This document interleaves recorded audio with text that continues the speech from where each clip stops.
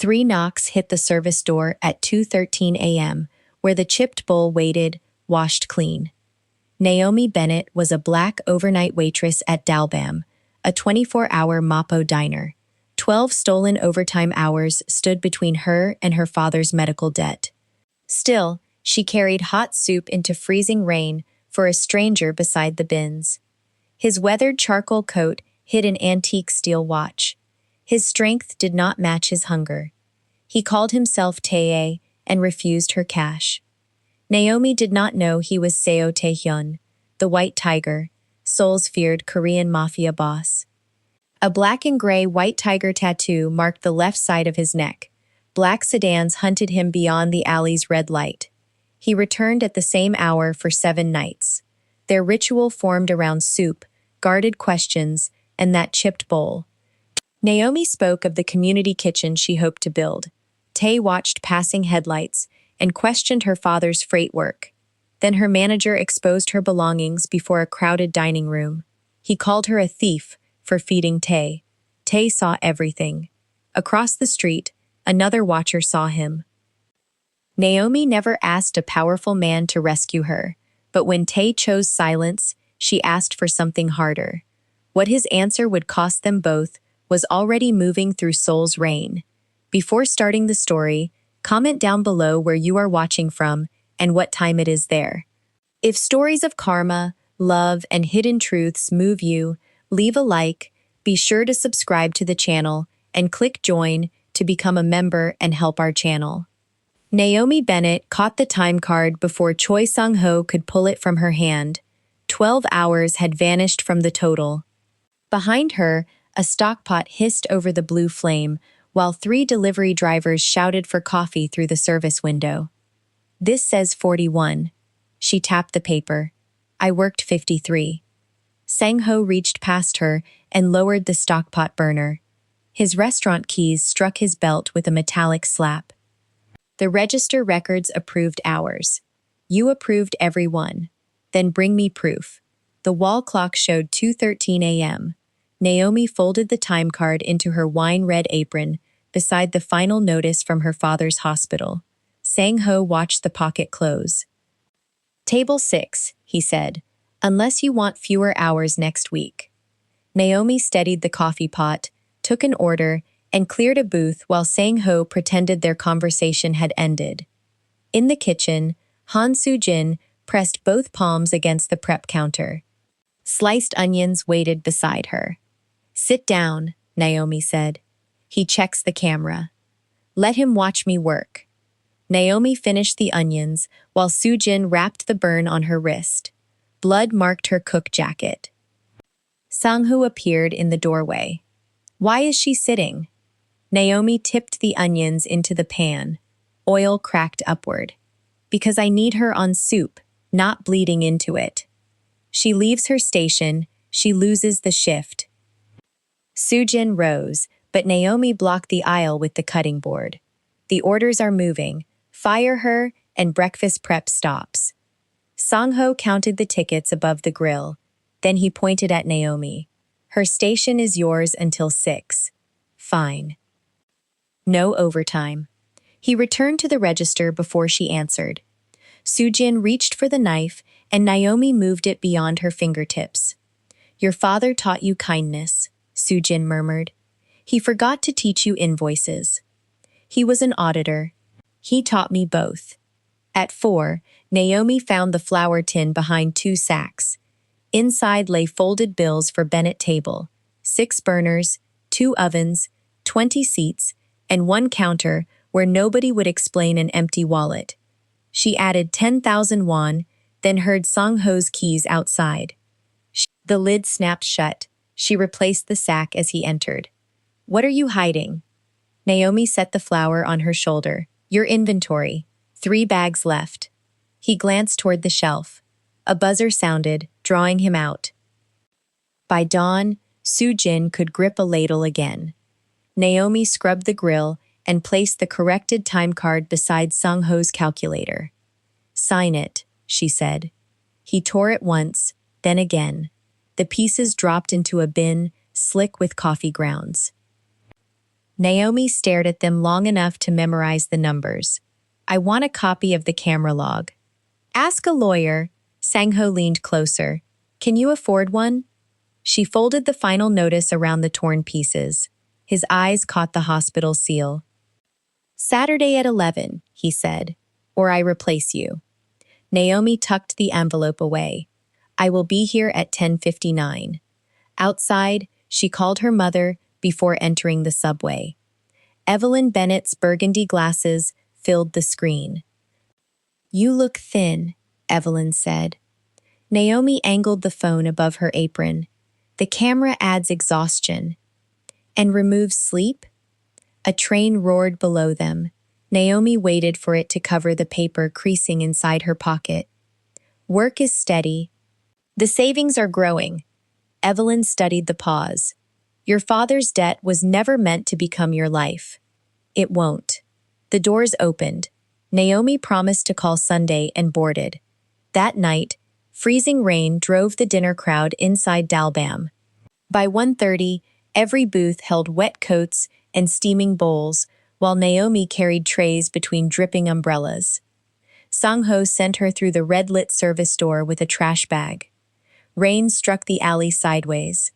Beside the bins, a man sat against the brick beneath an oversized charcoal coat. Water crossed his angular face. His breathing came shallow, measured. Naomi crouched beyond his reach. Can you stand? His near-black eyes lifted to hers. Yes.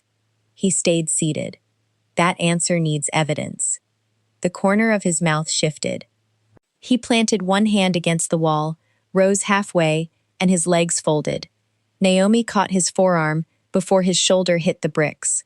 Strength tightened beneath the soaked coat, out of place on a starving body. The service door opened behind her. No, Sang-ho said. Not here. He needs food. He needs another alley. Sang-ho looked at the security camera above the door. You give him anything, it comes from your wages.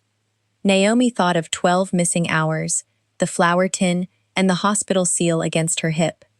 Then she helped the stranger onto an empty crate. Charge me, she said. Sang-ho stepped close enough for his keys to brush her apron. One bowl, then both of you disappear from my door. Inside, Soo-jin saw Naomi reach for the soup pot. Manager's special? Mine. Soo-jin added rice without being asked. Naomi chose the diner's chipped blue bowl because Sang-ho counted the white ones, filled it, and carried it into the alley beneath her coat. The stranger accepted the meal with both hands. Steam crossed his face as he ate one controlled spoonful, then another. He watched the alley entrance between bites. What's your name? Naomi asked. Tae. Just Tae? Tonight. She offered folded cash. He closed her fingers around it and guided her hand back. Keep it, he said. You already paid. Headlights swept across the far wall. Tae lowered his face as a black sedan crawled past the alley mouth. Naomi followed the car with her eyes.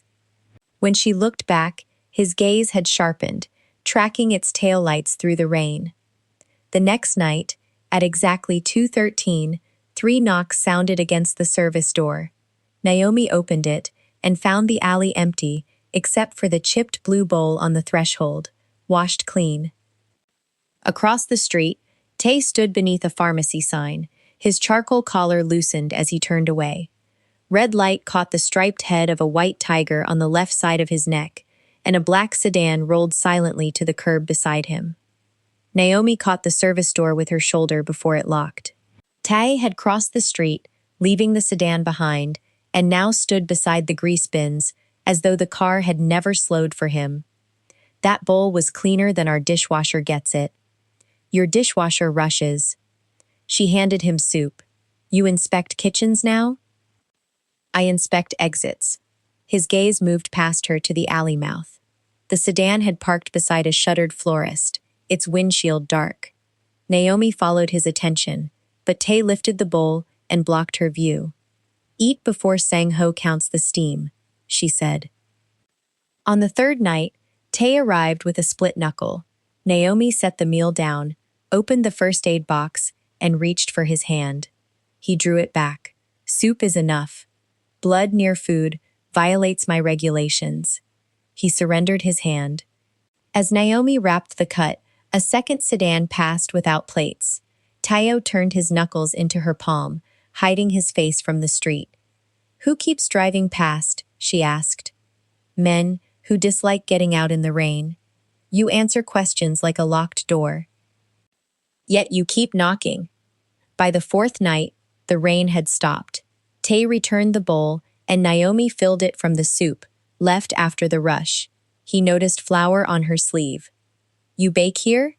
"After closing, when the ovens are cheap." "For Sangho?" Naomi laughed once. "For Bennett table." She showed him a sketch from her order pad. Tay studied the prices before the drawing. "These prices lose money. They cover food. Not rent. Not rent." "My staff." He handed back the page. "Then the building must belong to you. That is why I save." His eyes shifted toward the diner wall, measuring it. "How much?" Naomi folded the sketch. "I don't discuss savings with strangers." "You feed strangers. Food is not access." The answer held him still. Then he nodded, accepting a boundary most men tried to bargain down. On the fifth night, he asked about the worn recipe notebook inside her apron. Naomi kept one hand over its cover. "My father wrote in it. A freight auditor who trusted measurements more than people." Tay's spoon paused above the bowl. "Which ports?" "Baltimore, Busan, Incheon near the end." "What did he audit?" "Invoices, container weights, companies that paid him to find lies." Naomi took the bowl. "You still owe me your last name." Footsteps scraped beyond the alley. Stech pulled his cap lower and stepped behind the open door. A man in a gray coat passed while speaking into his phone, his lens angled toward Dalbam. "Go inside," Tess said. "You first." "Naomi."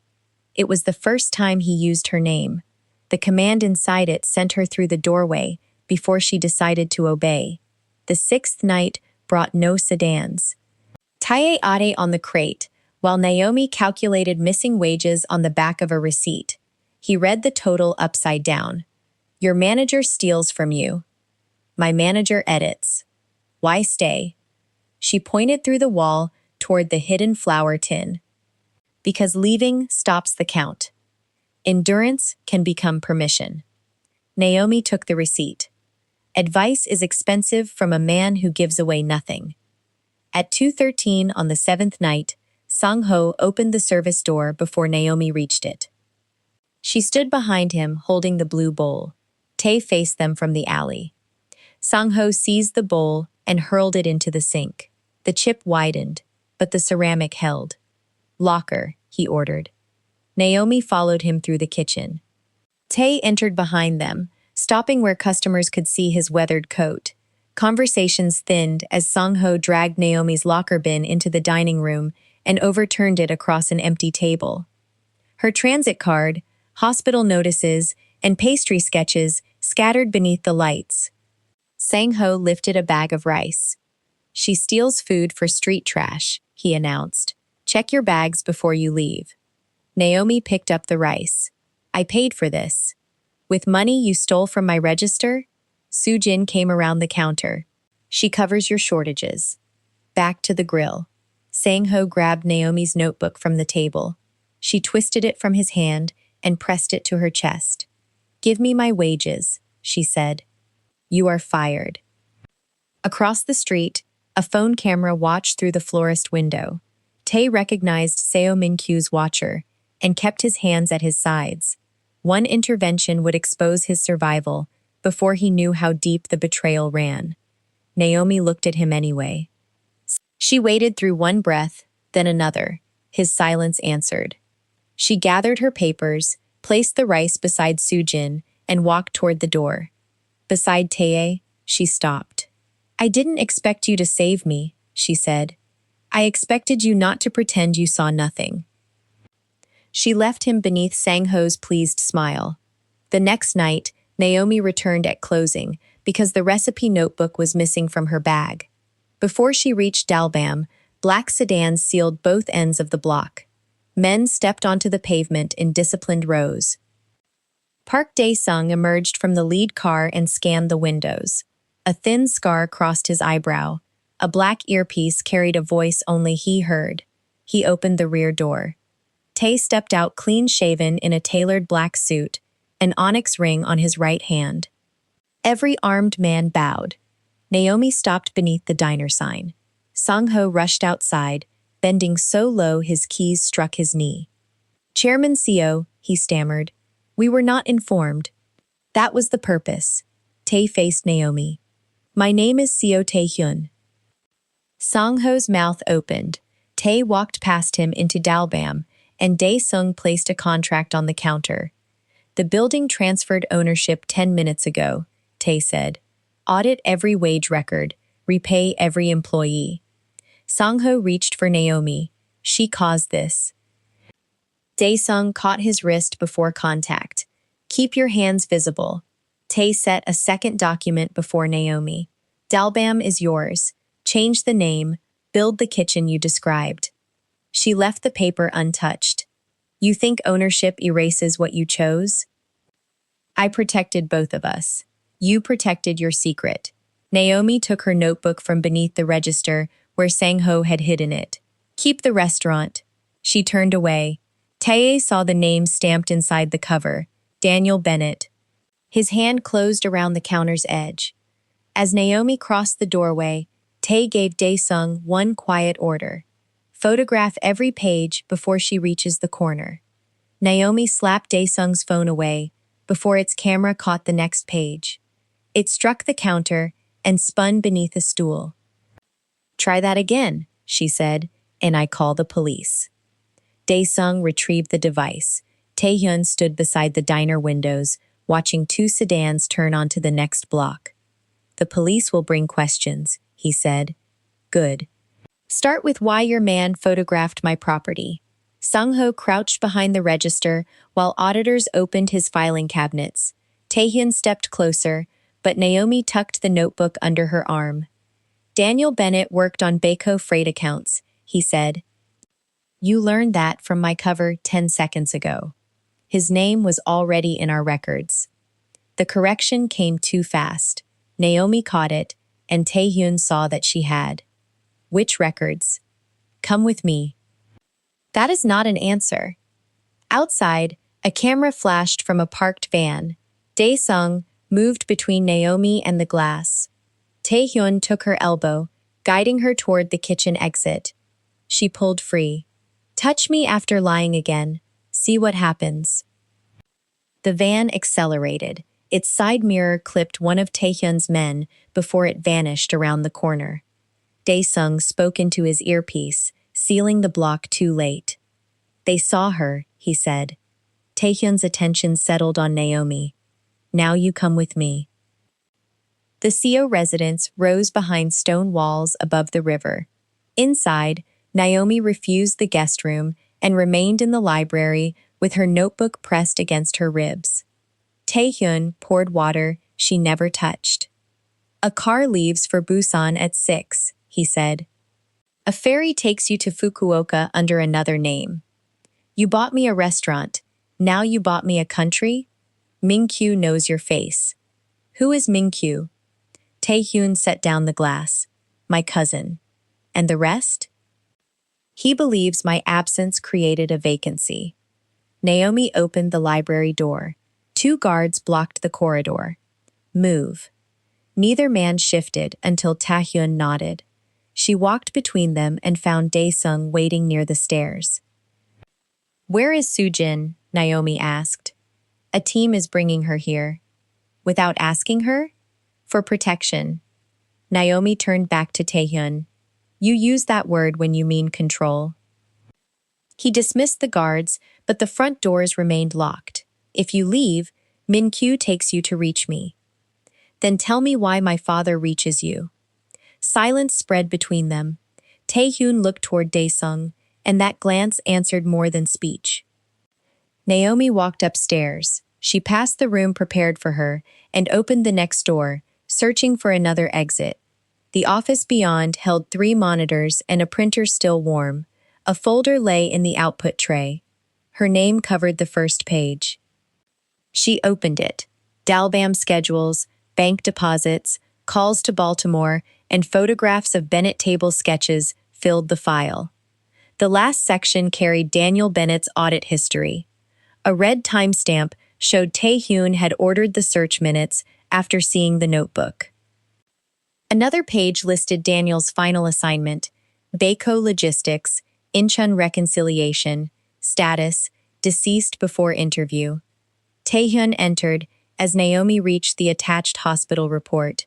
You investigated him before offering me a way out. I needed to know what Min-kyu wanted. You needed my permission. There was no time. Naomi held up the surveillance photographs. You always find time to watch me. He reached for the folder. She dropped it at his feet. The ferry is still safest, he said. For whom? She descended the stairs with her notebook. Dae-sung unlocked the door after one look at her face.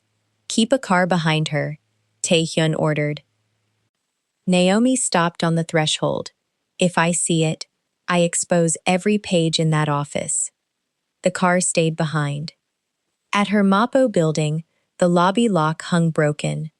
Naomi climbed 2 steps at a time and heard furniture strike the floor above. Her apartment door stood open. 2 men tore drawers from the cabinets while a third sliced the lining of her suitcase. Flour covered the kitchen tiles. The savings tin lay crushed beneath a boot, its bills gone. Naomi backed toward the stairs. A hand closed around her notebook. She drove her heel into the man's shin and kept her grip. Run! Soo-jin shouted from the landing. Another man seized Soo-jin by the waist. She struck him with her elbow, but he dragged her downward. Naomi pulled against the notebook until its binding split. Loose pages burst across the corridor. She caught 3 sheets. The man swept up the rest and kicked her into the wall. Below, a door slammed, then an engine started. Naomi raced after them. By the time she reached the street, a gray van had Soo-jin behind its tinted glass. It cut through a red light and disappeared. Her phone rang from an unknown number. Min-kyu's voice carried cultivated warmth. Bring the pages you kept, Miss Bennett. Your friend comes home. Let me hear her. Soo-jin gasped once before the call ended. Naomi looked at the 3 torn sheets. They held recipes, no visible codes. She photographed them and sent the images to a private email, then burned the paper in a curbside ashtray. If Min-kyu searched her again, he would find nothing to trade. Her screen filled with alerts before the flame died. Security footage showed Naomi entering the CO residence with the notebook.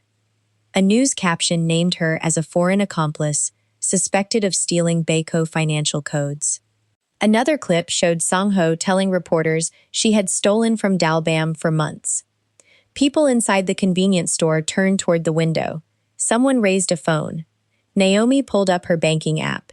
The account was frozen. She called Tae-hyun. His line went straight to silence. Dae-sung's number failed next. Across the intersection, 2 patrol officers left their car and studied her face against the image on a tablet. Naomi had no home to return to, no original evidence, and no money that Min-kyu could not touch. Soo-jin's last breath replayed through the dead phone line. The officers entered the crosswalk. Naomi opened her mother's contact, stepped into the shadow beneath the train tracks, and pressed call. Baltimore answered as the patrol lights turned the corner. Naomi ducked behind a concrete pillar as Evelyn answered. Patrol lights crossed the pavement beyond the tracks. Mama, find Dad's recipe cards. Evelyn set the phone against her Baltimore kitchen window. Tell me where you are. Somewhere I have 3 minutes, please. Evelyn opened a drawer and lifted a flour-dusted bundle into view. Naomi sent the photographs from the torn pages. Her mother matched one to Daniel's card for cornbread. The quantities are wrong, Evelyn said. Your father never used 11 cups. 11 isn't an amount. Hold the card against the glass. Light passed through the paper. Pinholes appeared beside 3 ingredients, each aligned with a handwritten number. Naomi read them aloud. Page 11, line 4, word 19. Evelyn pulled Daniel's archived freight reports from a cabinet. She counted through the first sequence and found a vessel name. The next produced an invoice. A third exposed Min Q's authorization code beside a payment routed through a hospital contractor. Naomi enlarged the hospital entry. The payment date came 2 days before Daniel's fatal collapse. That clinic said his heart stopped, Evelyn whispered. Someone paid for it to stop. The officers reached the pillar. A sedan braked between them and Naomi. Dae-sung opened the rear door. Get in. Where is Taehyun? Trying to keep his organization from choosing Min Q. Naomi entered, holding the call toward him. Then, drive while we work. Evelyn turned another card. A grease stain beside Daniel's stew recipe formed 4 ridges around the ingredient list. Naomi traced the pattern on her screen, then overlaid it on the freight report's encrypted file grid. 4 cells aligned. Fingerprint map, Naomi said. He marked the password route. Dae-sung entered the resulting key. A hidden archive opened with payment ledgers, voice notes, and Min Q's approval for Daniel's staged medical death. Naomi played the final recording. Freight containers moved through Daniel's spreadsheet while Min Q's voice ordered him to replace their weights. Daniel refused, copied the authorization seal, and named the hospital contractor before the audio cut. Send it to prosecutors, Dae-sung said. Naomi stopped his hand.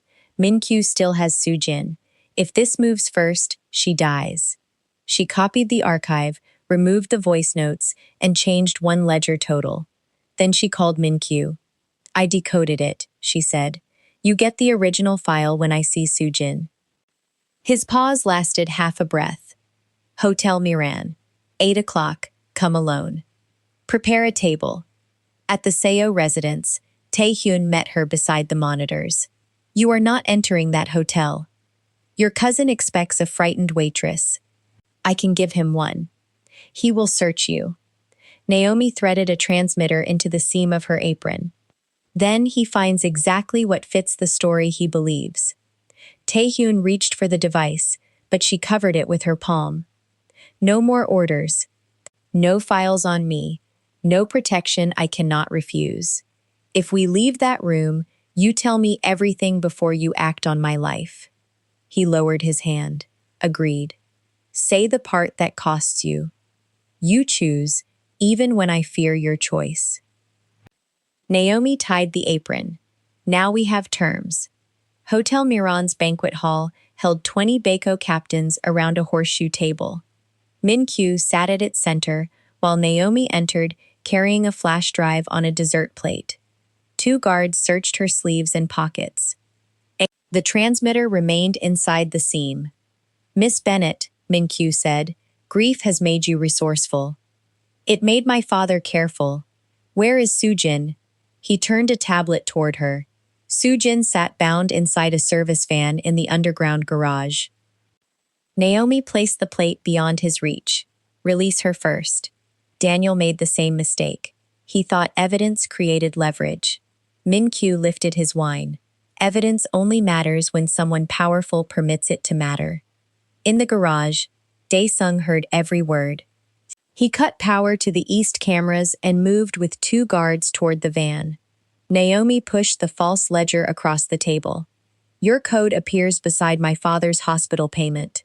Min Q glanced at the altered total and smiled. You moved a decimal. So you recognize the original. His captains turned toward him. Min Q set down the glass. I approved hundreds of removals. Your father was 1 invoice. Taehyun was meant to be another. Naomi held his gaze. And the trafficking accounts? The accounts that built every chair in this room. A signal tapped twice in Naomi's earpiece. Dae-sung had Soo-jin. Min Q reached for the drive. Naomi pulled the plate back. That file is bait. The banquet doors opened. Taehyun entered, and every wall screen lit with Minkyu's confession waveform. The full archive followed: ledgers, hospital payment, trafficking routes, and assassination orders. You brought prosecutors into family business, Minkyu said. You removed family from it, Taehyun replied. One captain stood and stepped away from Minkyu, then another followed. Taehyun ordered Baeko's finance officers to freeze every account bearing his cousin's authorization code. By the time sirens reached the hotel entrance, Minkyu had lost his money, his guards, and the silence he had purchased from the room. Soo-jin entered with Dae-sung, rubbing her wrists. Naomi crossed the room and held her while officers surrounded Minkyu. You wore the apron to a mafia confession? Soo-jin asked. It had the strongest seam. Minkyu passed Taehyun in handcuffs.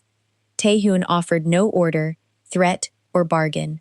He handed the remaining archive to the lead prosecutor and signed his own name beneath the evidence transfer. Naomi watched him surrender records that could expose Baeko as well as Minkyu. This time, he opened the door without deciding who deserved the risk. 12 weeks later, Bennett Table opened inside a converted riverside factory under an independent public contract. Naomi controlled the lease, the accounts, and every hiring decision. A public board reviewed donations so no benefactor could purchase her silence. Soo-jin ran the kitchen, while Evelyn's recipes filled the first menu beneath Daniel's name. Taehyun arrived without guards. At the counter, he removed his ring and placed it in his pocket. The audit is public, he said, all of it. Naomi slid her old apron toward him. Transparency gets you through the door. Work earns your place. He tied it on. She filled the chipped bowl and set it in his hands. There is room for anyone willing to serve, Naomi said. He served. If this story moved you, stop for a moment and reflect. Have you shared your last meal, then watched silence cost your dignity? Could you trust power that chose service over control? Tell us your experiences and feelings in the comments. We read them all. And if you believe in stories about dignity, truth, and service, leave a like, be sure to subscribe to the channel, and click join to become a part of our community and help the channel.